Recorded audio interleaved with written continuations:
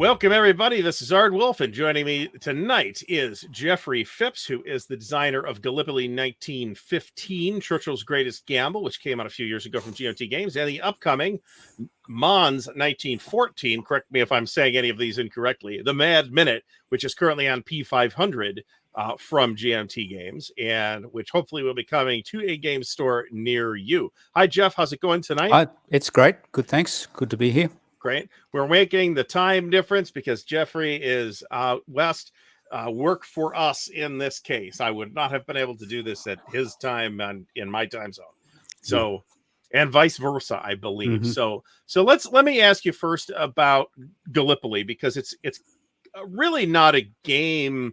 It's not a topic. I don't know that there's much on at that scale. It's kind of, would you describe it as a grand tactical game? I call it grand tactical because the level is tactical, but you can see the whole battle. It's not just, capture 6 level 3 stone farmhouses. The entire battle is settled on the map. That being said, they're 400-meter hexes, so this is not, ASL. There are 3 games on the subject. It's not a very commonly covered subject, but that's just because it means a lot to people from Australia and New Zealand and Turkey, but not very much to people from say, the United States. So it's hard to explain that to say, somebody who grew up in America. But it's at least as important as Gettysburg or the Battle of the Bulge, because it led to it's a founding nation myth. So for me, there was no other battle that I would do my first war game on. Understood. And so it covers what, the first 2 to 3 days of the battle? Okay. Yes. Yeah. And the reason for that is that for the first 2 to 3 days, there was a chance of victory. The lines were not formed.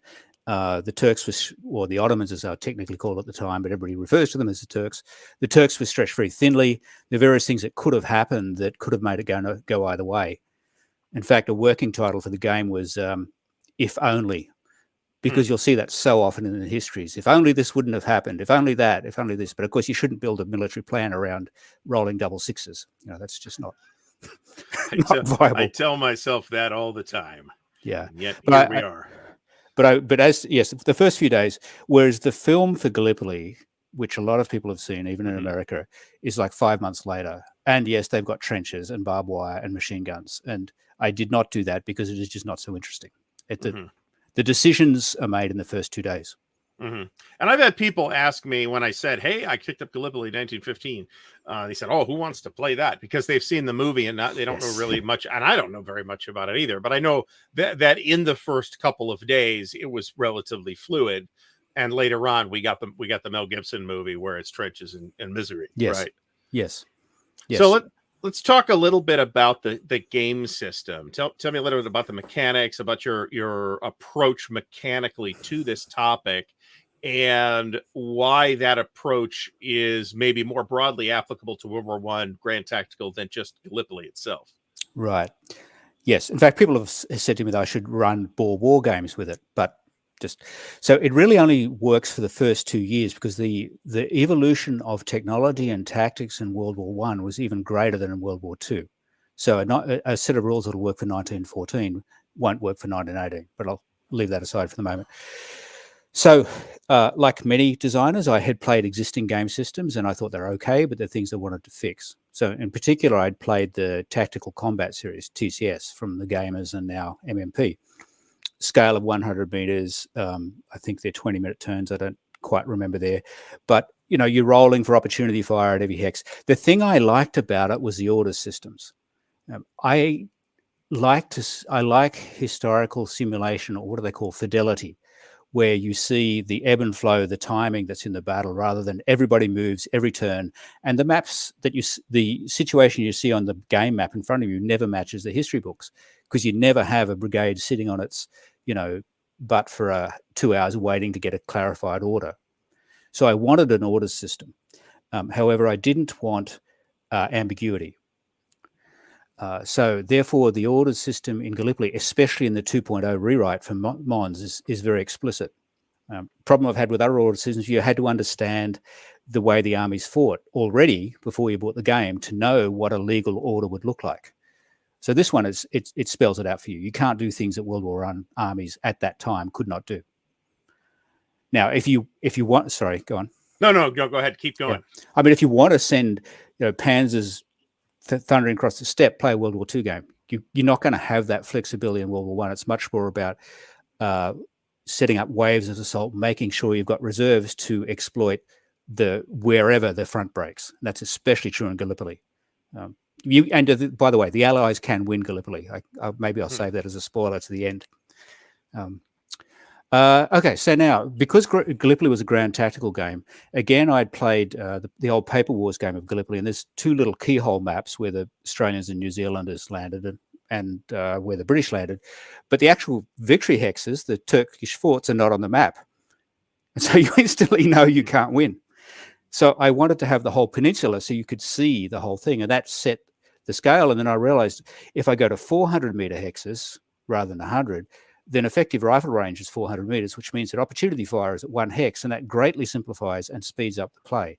You don't have this endless, plinking shots as somebody advances up towards you.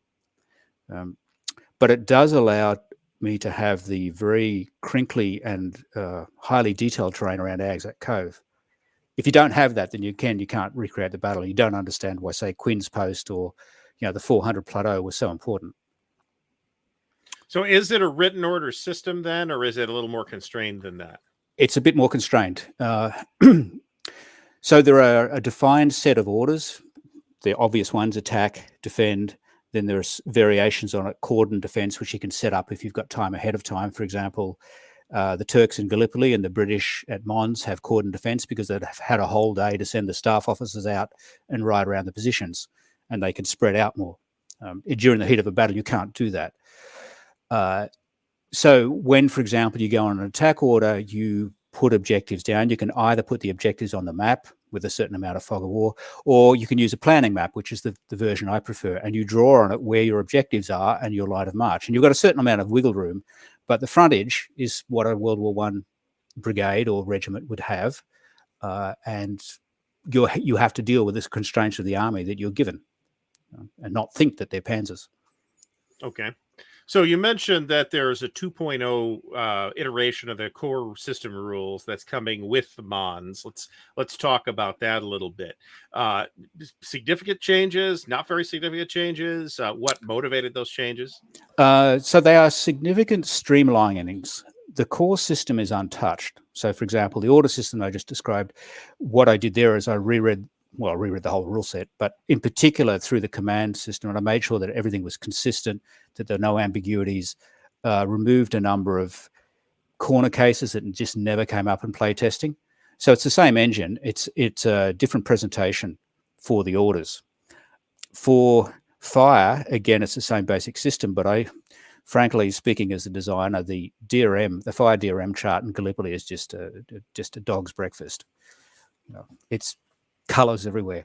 So now I have a DRM display, and you can just move little blocks across. It's much more, it's much faster. Everybody who uses it said it's really good. And if somebody interrupts you in the middle of a question, you've still got the numbers there.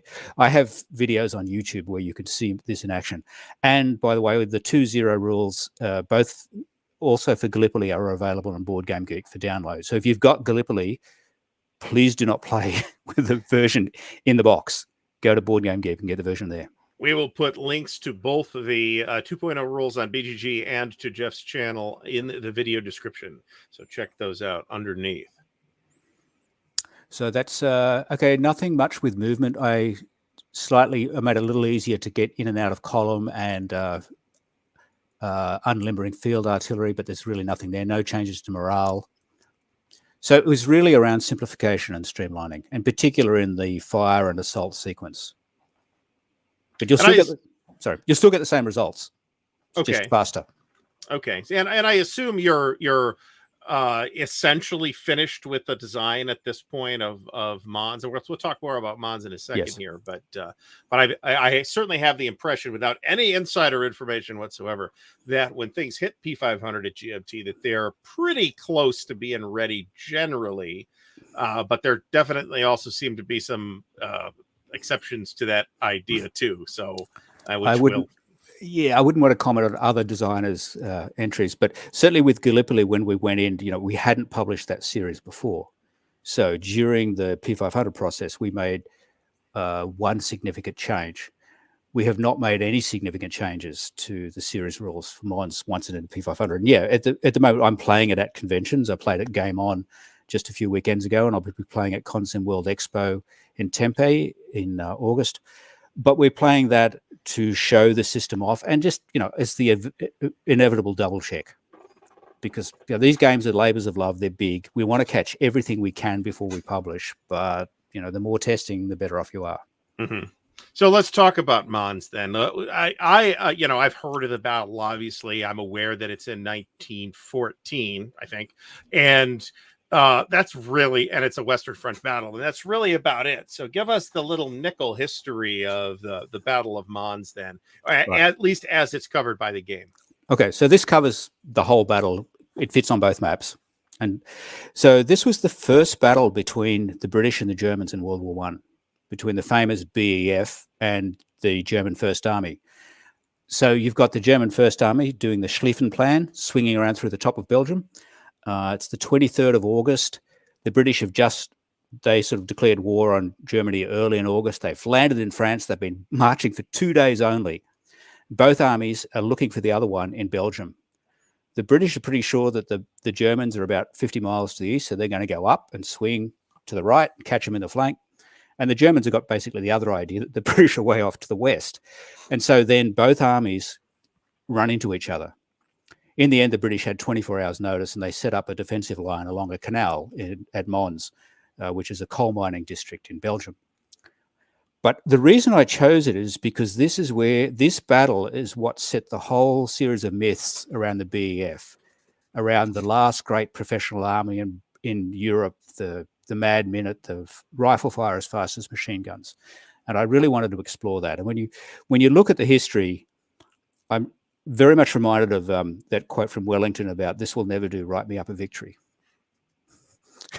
So I could talk more about the history, but that's what it is. It's a meeting engagement between 3 corps of Germans, six divisions, and 2 corps of British, 4 divisions. I either play the historical scenario, or you can do a more fluid meeting engagement, which I much prefer as a game. So it is a relatively fluid battle, I take it then. If you play the meeting engagement, yes. If you play the historical game, then the British are already set up in cordon defense along the canal. And the frustrating thing is that the British High Command was inept.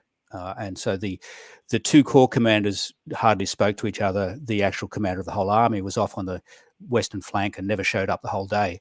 So the 2 British battalions who were left in the front line, where an entire German corps landed on top of them, never really got any support. So in fact, one of the scenarios I have in there is where you do something like the old Battle for Germany. You've got 2 German players and no British player, and you control the British in front of you, because that'll give you a historical result, because I want historical fidelity. But I don't recommend that as a game. So instead, you just make the small assumption that the cavalry reconnaissance failed, and that's a fair assumption if you look at what the German and British cavalry actually did some of the time. And so both armies actually run into each other with no notice. And so they come onto the board, first turn it's cavalry, second turn it's Jaegers and British infantry and German infantry. And at that point, you're looking at the wide open map and you're thinking, hey, I can go anywhere. I could get off his baseline. And you draw these great plans to do it. And then kind of reality hits and you end up with a rather swirling battle in the middle. So that's where the maneuver comes in. Okay, that actually sounds pretty awesome as a game experience, to be honest about it. Yeah. So what new mechanical wrinkles did you need to bring into the core system for Mons? Yeah. Okay. So as I said, technology and organization was changing dramatically. So Gallipoli takes place in April of 1915, 6 months later. And so if I roll back, in August, the British still had their machine guns attached to the battalions. The Germans did not. They had them attached to the regiments. They had 3 battalions per regiment. You get to Gallipoli, everybody had realized that these things were critically important and had started to collect them higher up in the division. You'd parcel them out to where it was most in need. But the biggest thing was the artillery was linked directly to certain infantry units.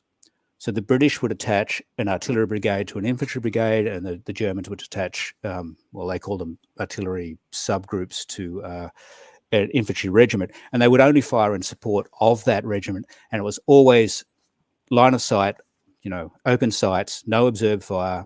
And the British especially believed in the morale benefit of having the artillery in the line with the infantry.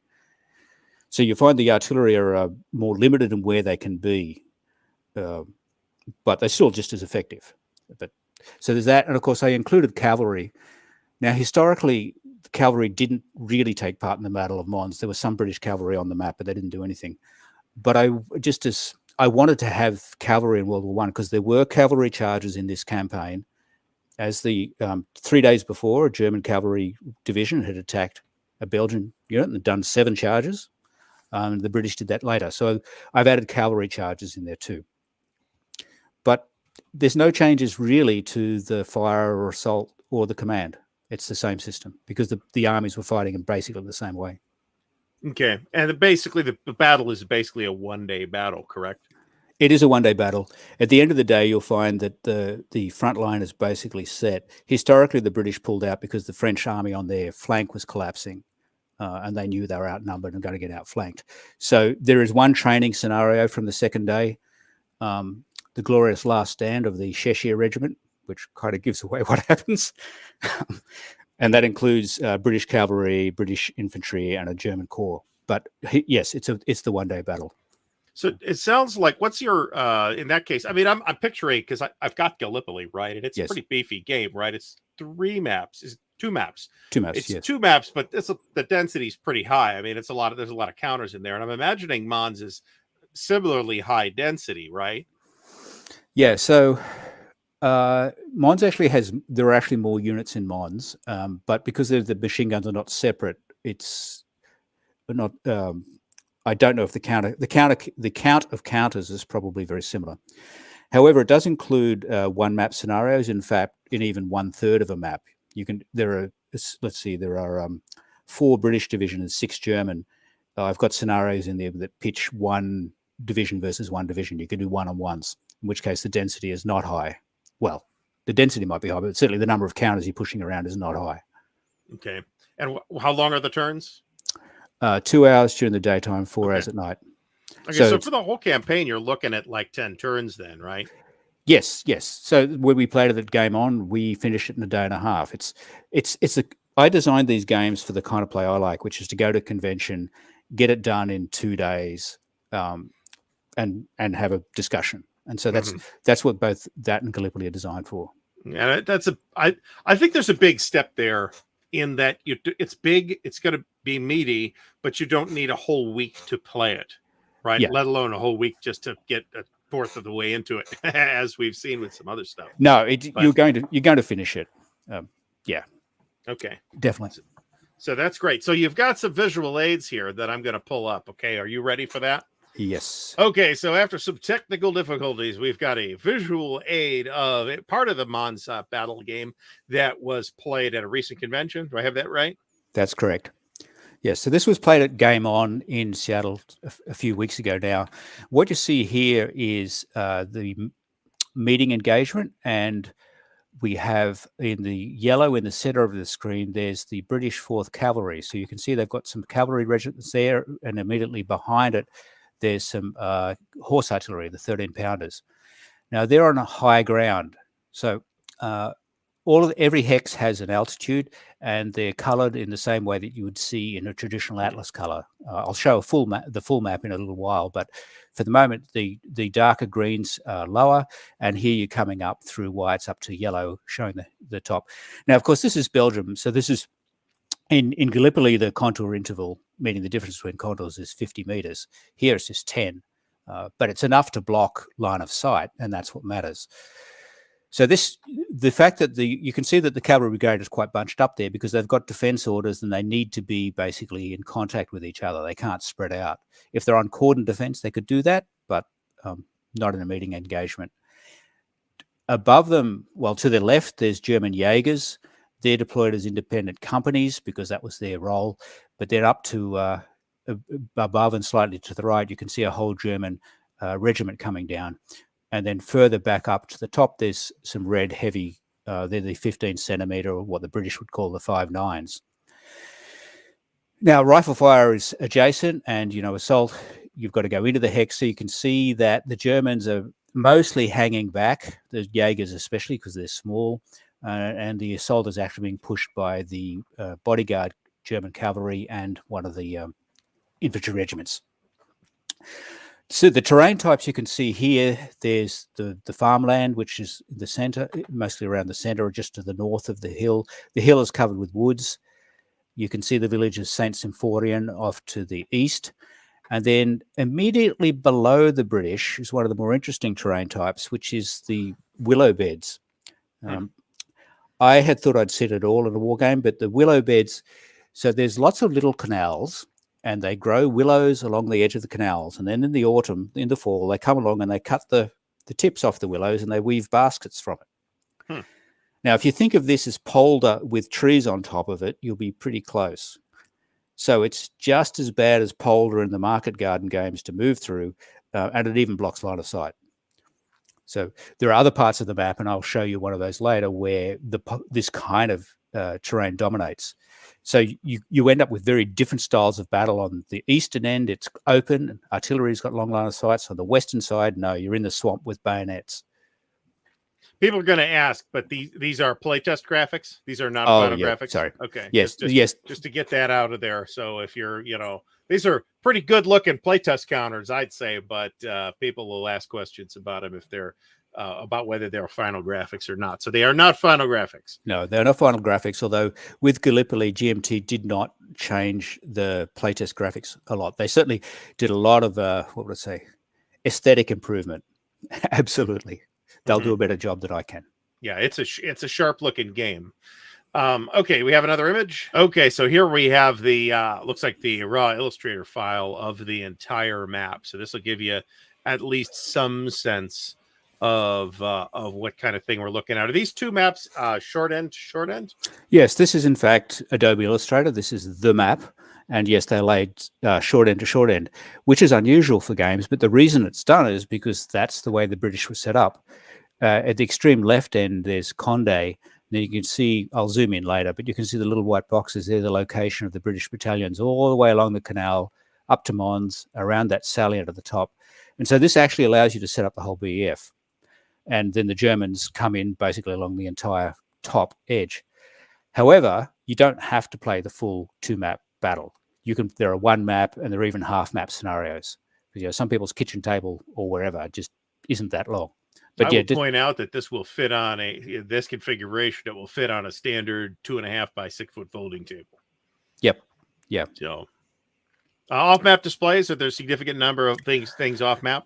Yes. And actually, before we leave the map, there is one thing I want to point out. The other really weird terrain type, you see these black things that look like caterpillars. So Mons was a coal mining area. And, you mine coal and you end up with slag heaps, or what I would call mullock heaps. But either way, it's the rock you've dug out of the mine. And Belgium not being fairly flat, these things are actually taller than the hills. And so they're a critical terrain type. If you set up your artillery behind them, like the British unfortunately did, then you're not going to have line of sight to the opposing forces.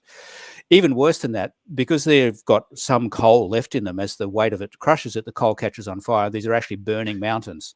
So you can't send your infantry to sit on top of it and have a commanding position.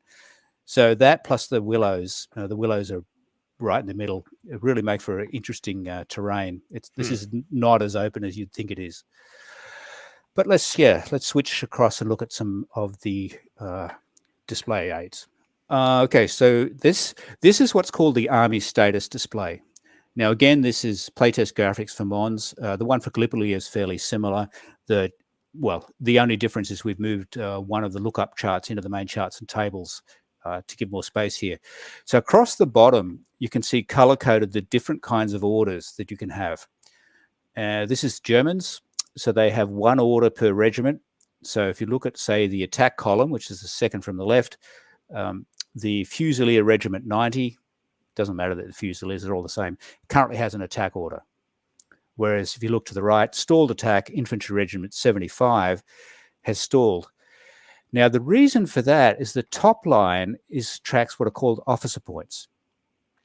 Now, you could think of them as friction, but the reason I call them officer points is because, especially if you read the accounts at Gallipoli, the soldiers in both armies were trained to follow the orders of the officers. The British because of their class structure, and the Turks because only the officers could read and write. So once they were dead, nobody could send any orders.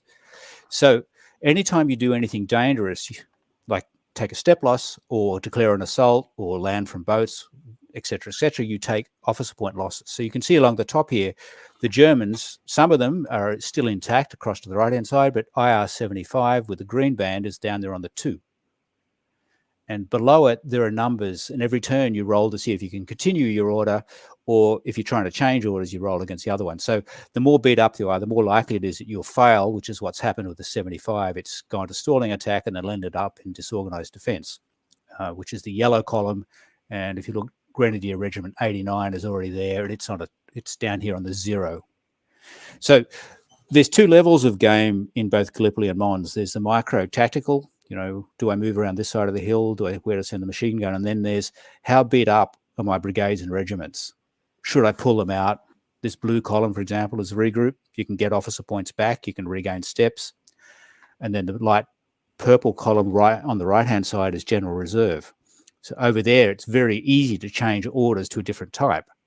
So the key way to win Gallipoli is, well, this is the spoiler, is if you do the free landing scenario and you send in all 5 divisions on the first day, and then make sure that you can pull something out, regroup it, put it in general reserve, and then the Turkish player just doesn't have enough hands to stop all the balls that are coming in. But if you try to do a frontal assault, yeah, you'll lose. But it's about maneuver. The same thing in the open games of Mons. So that's the army status display. That's critical. Both sides have one. Also, an interesting look at the order system as well. Yeah. So it has it has crib notes in there, summary. Now, for example, underneath the attack, there's the infamous make progress requirement, which is that if you've been given an attack order, then you've been given an attack order. And every turn, somebody's got to do something dangerous. One of your units either has to move full speed to the objective, or trigger opportunity fire, or declare an assault. And so what you have to do, and the restrictions are listed on this chart. You don't have to go looking back in the rule book for them, unless you want to look up some detail, but the summary's there. Okay, so what are we looking at now? So I wanted to show you a little bit of work in progress here. So this, for example, is the new fire DRM chart, although I have a much better version that we're using now, and I'll show that in a few minutes. But I thought you might be interested to see how the design process actually works. So this was done at BotisCon. People were looking at the modifiers table and said, this is making my brain hurt. So the way it works here is down the slide, say in the left-hand column, you've got various conditions of the target. Is it moving? Does it have crossfire? What's the terrain it's in? And then you slide in the current version, you use little blocks, you slide that across, and that opens up, and you can see the DRM. And so you've got a very visual record of what applies. And if somebody interrupts you in the middle, it's very simple. You just add up the numbers that are exposed, and that's it. Now, following on from Game On 2 weeks ago, I've got a new system where instead of using pluses and minuses, we talk about shifts up and shifts down. But people found that was just a little bit easier. And that's the point we are in the design process. It doesn't matter whether you call them pluses or minuses or ups or downs, but what we're trying to do is change the presentation, the physicality of it, so that it's just that little bit smoother. And I wanted to show you here, where it starts, and in a minute or so, we'll swap to what we've actually got now. Okay, great. So as I said, what we saw in the previous shot was a very quickly assembled prototype at BotisCon in Vancouver, British Columbia. This is almost the latest version. As I said, I've moved from minuses and pluses to shifts, but other than that, it's the same. So you can see again down the left-hand side, you've got the conditions that apply. In the middle, there's the color-coded terrains. Only one of those apply. Then target density, and if you're artillery, there's the artillery modifiers. And on the right-hand side, you can record the final modifier. And helpfully, there's various notes, so you don't have to go look up the rules. Now, I can then show you an actual image of it in use. So this I mean, the use of blocks is obviously copied from Euro designs. Sure. And, some wargamers say, oh, God, it's a Euro. And I say, look, there's been so much innovation in the game space. You should look to them. They're great games. But that's where the blocks come from. In fact, these are left over from a case of dominant species. So in this case, what we're assuming is we've got artillery firing at moving infantry in the farmland. So you can see I've moved across the white block on moving infantry, so it's -3. And then coming down to the green line, it's farmland. And here there's a distinction between low-angled classic shrapnel firing artillery versus howitzers. So for low, it's +1. So at -3 +1, net -2. And then target density, there's 2 steps in the infantry. That's the yellow. There's no modifier there. And then come down in the orange, 6 to 8 hexes is +3. So just look them up. +3, -3 washes out. Low is +1, so the modifier is net +1. That's very clever. Yeah, and there's a number of advantages. Firstly, as I said, if you get interrupted, you're playing at a convention, you don't lose track. Secondly, you'll often find that the next fire is exactly the same. And so you glance back and say, oh, it's the same, it's a +1. And so this just speeds up play. Yeah, that's very clever. And, anybody that wants to say, oh, it's a Euro because you're using these little blocks is, welcome to peruse the 5 counter sheets of half-inch counters too. So yes, I'm going to be prepared to laugh at that particular remark. Yes. Now I have created the same thing for Gallipoli, and it's available on Board Game Geek. So that's cool. You can play with those rules. Cool. Okay, so last question, Jeff, or at least last topic, I think, is what do you have in the pipeline right now, either for this system or for some other system that you may be working on? Right. Well, obviously, I want to get Mons out the door. It's significant improvement over Gallipoli, or at least the 2.0 rules are. Mons is a different battle. So there are various ways I could go. For example, there's a battle of Le Cateau just a few days later. Again, British and Germans. The British have withdrawn from Mons and they get caught, roughly speaking, by the Germans. And so you can use pretty much the same set of counters and definitely the same set of rules. And it's even a more desperate situation for the British because they're outnumbered even further. And so there's a real danger of getting the classic envelopment. So that would be a possibility.